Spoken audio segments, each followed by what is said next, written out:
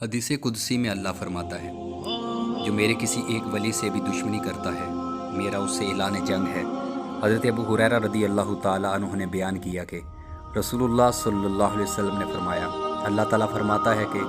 جس نے میرے کسی ولی سے دشمنی کی اسے میری طرف سے اعلان جنگ ہے، اور میرا بندہ جن جن عبادتوں سے میرا قرب حاصل کرتا ہے اور کوئی عبادت مجھ کو اس سے زیادہ پسند نہیں جو میں نے اس پر فرض کی ہے، اور میرا بندہ فرض ادا کرنے کے بعد نفل عبادتیں کر کے مجھ سے اتنا نزدیک ہو جاتا ہے